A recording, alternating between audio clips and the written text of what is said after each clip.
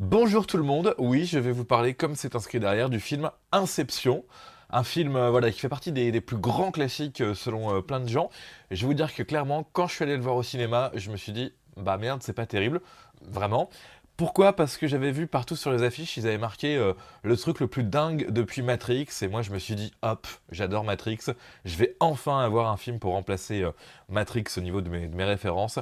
Et j'ai été vachement déçu en regardant pour la première fois Inception. Pourquoi j'ai été déçu? Pour des trucs tout bêtes, parce que je m'attendais à ce que ce soit le nouveau Matrix, et parce que j'aimais pas la scène de fin, où c'est dans la neige, je sais pas si vous voyez, mais à la fin, effectivement, la dernière scène, la dernière profondeur de rêve, c'est un paysage neigeux, et je trouvais ça pas classe pour un film.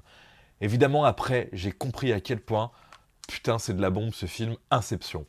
Le truc des rêves, il faut comprendre quand même, hein. Moi j'avoue, j'ai dû le voir peut-être, allez, 3 4 fois avant d'avoir compris à 100%, et là oui, je peux vous le garantir, j'ai compris à 100% qu'est-ce qui se passe dans Inception.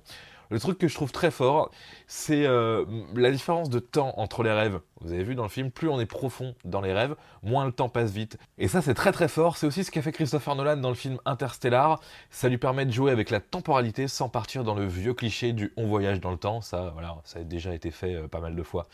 Faut faire des choses différentes maintenant.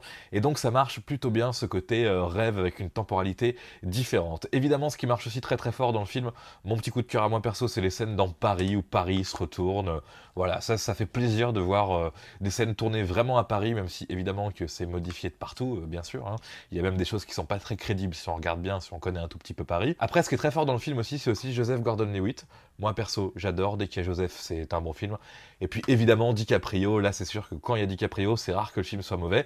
Inception, c'est vraiment terrible. On a une petite gamine aussi qui, bon, bof, voilà.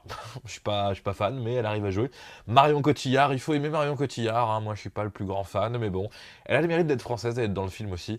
Inception, si vous l'avez jamais vu, c'est pas bien, il faut le voir absolument, c'est terrible. Et regardez-le plusieurs fois si comme moi au début vous aimez pas, puis vous comprenez pas, et puis après on arrive à comprendre et on se dit, putain que c'est bien fait ce film.